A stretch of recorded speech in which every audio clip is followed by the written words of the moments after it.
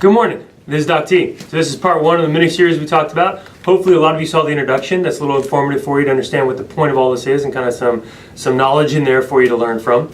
So we're going to start today with the big toe. And the big toe is rather dynamic because it actually can alter the way you walk, the way you squat, jump, and run. All these things are affected by the way your big toe functions. So always remember again, mobility stuff. Like one joint depends on the other joint, depends on the next one. So if you have a limitation in one joint, it's going to look up or down to find help. So for today, to do the big toe, real simple on this one. You get yourself on the floor, shoes and socks off, of course.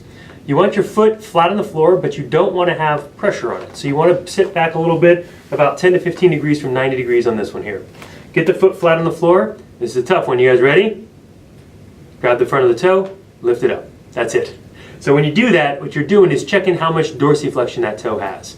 Now, normal would be, if you consider where your second toe is, pull that up. You should be able to see your second toe underneath your first toe. So right underneath here, you can kind of see and you can touch the top of that second toe. Now, not the base of it, of course, but more down at the tip of the toe down here. So you pull that up, I can get my finger underneath there and touch the other toe. If you're doing that pretty well, then you have good range of motion in there. If you're looking at that and you can barely see the second toe, or it's a figment of your imagination, it doesn't exist in there, that means that you're lacking a little dorsiflexion of that big toe. So, for you guys and girls, we're going to come in. The first thing you have to do is identify where that big muscle is for the big toe. Now I say big muscle, I should say long muscle, because the big toe flexor actually sits all the way back up here in the calf. So for a lot of you, there's a couple ways you can find this. First is get your fingers on the back of the calf there, get a good pressure in there, don't squeeze it, but just get a good pressure in there. Then just pull that toe back and forth. And if you're feeling it, you'll feel a little pulling, a little sliding of that muscle. Every time you pull it this way and go point, you'll feel tension, goes away, tension, goes away. That means you found the spot. For those that are not having much luck finding it that way, not a problem. Just find the outside bone on your knee, which is right there. You're going to go back to the crease here, about 1.5 inches, 2 inches. Then you're going to go down the calf about 3 to 4 inches. And right in there is typically where you're going to find that big toe flexor. Now don't worry if you don't feel like you're finding the exact spot, because it's going to be a very general mobility we're going to do with it all. And always remember, again, the introduction, you can never truly affect one muscle in one joint. It's physically impossible. There's too much of a chain, too much functional chain going on. So in this tissue here, you got 3 or 4 layers of dense tissue in there. You're not going to hit just the flexor, but you're going to hit the area, which is good. What you don't want to do is miss it entirely. Okay? So like doing the front, per se. So lacrosse balls are my favorite, whatever rolling device you like, preferably not the one with the knobs in it. That's a little too much pressure on it, but that's my warning. Get this right where your fingers are, get that right in the middle of the roller there, and hang out there. You're not going to roll, because rolling is a different style. We're looking for elongation of this tissue, not a mashing of the tissue to make blood flow and massage it and that kind of stuff. So from here, you're basically going to get yourself in position. You're going to take your toe, and you're going to pull it towards your head as hard as you can. Then you're going to relax. Now I want a little bit of knee bend in there, not much, but a little bit. That takes some of the calf muscles out of the equation for you, and just pull. Now if you need a little more tension on there, if you're not quite feeling what you want to feel, it doesn't have to hurt, but some of you want it to be a little more aggressive, just cross your foot over your shin and then do the same thing. And for a lot of you, you'll start to feel that little pressure I'm talking about.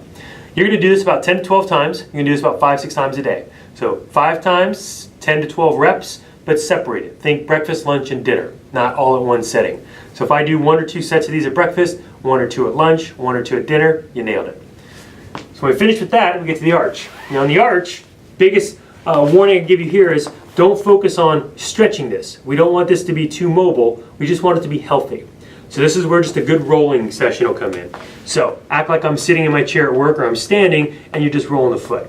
Now with the big toe part of this one, you're going to get more closer to the arch itself versus being flat-footed, because that's closer where the tendon lies. And so you'll get in there and mash that tissue up a little bit. Okay, again, I would do real slow rolls. I don't want to see this going real fast. You're not doing anything, right? Go real slow, hit the entire length of the joint. So from the big toe joint all the way to the base of the heel. Get that about 10 to 12 times again. Breakfast, lunch, and dinner, same kind of thing as a calf. And do that. And that's going to affect the change in the length of this big toe. And for a challenge for some of you out there, for those that have no window, like they can't see anything underneath the big toe, it just doesn't want to budge, okay? For you guys and girls, here's a challenge for you. Because like I said in the introduction, if it's truly working over the course of days and weeks, you'll notice an appreciable change.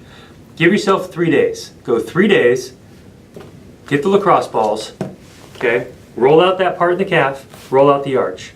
Twice at breakfast, twice at lunch, twice at dinner for 3 days straight. On that fourth day in the morning, when you get up out of bed, get up, plop on the floor, put the foot down, and check that toe. You should notice a slight improvement of that range of motion. Even in the morning, don't think of morning as tighter than afternoon. It shouldn't matter. If you have true mobility, time of day is irrelevant, okay? So you should be able to check that out. Okay, if you do, you have found a piece of your missing link here, found of your functional chain, you found a piece that you've either been neglecting or just not been doing. So now we know what to do. So here you go, got your roller, got your assessment, got your treatment. Next time we tackle the ankle is Doc T. Hope this helps. See you guys next time.